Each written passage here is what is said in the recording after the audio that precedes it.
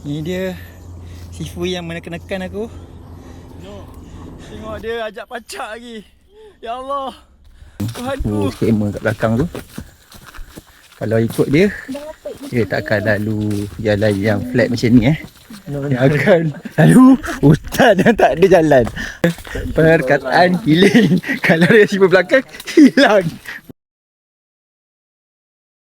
Okay, sekarang ni kita nak create road yang ada dekat jam ni So, kita pergi Zap Apps.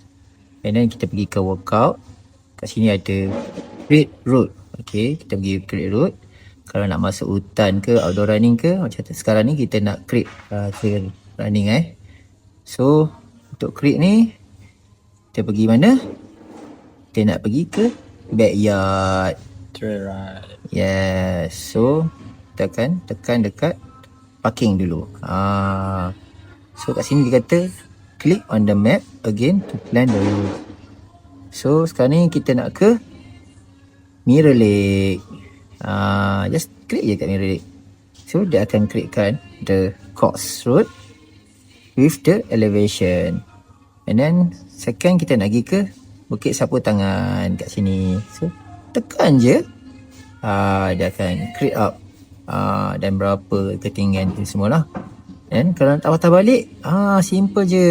Kita pergi balik ke parking area, kita tekan, then dia akan bagi tahu berapa jauh jarak dia. So this is the map. Dan just save saja. Siap. Kita pergi pada trail run. And then kita pergi setting ni, navigation. Pergi pada my routes yang kita dah tadi, tekan je. Dan ikut route. Ni kita boleh pergi review tadi.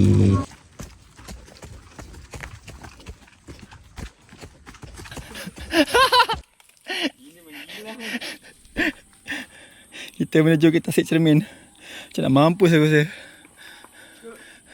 Aku rasa route lain ni daripada itu hari. You nak adventurous kan? Kata cantik. We are reaching the Tasik Cermin. Yeah. Mike. Tempat lepak-lepak Tasik Cermin. Turn left. Turn left. Alhamdulillah. Sampai juga. Bukit Sapu Tangan guys. Inside the jungle. Because it's very confusing. There's too many junction here. It's not easy if for beginner. You have the this watch which have a navigation routes map. It helps you a lot. Turn right. See? It have a navigation alert.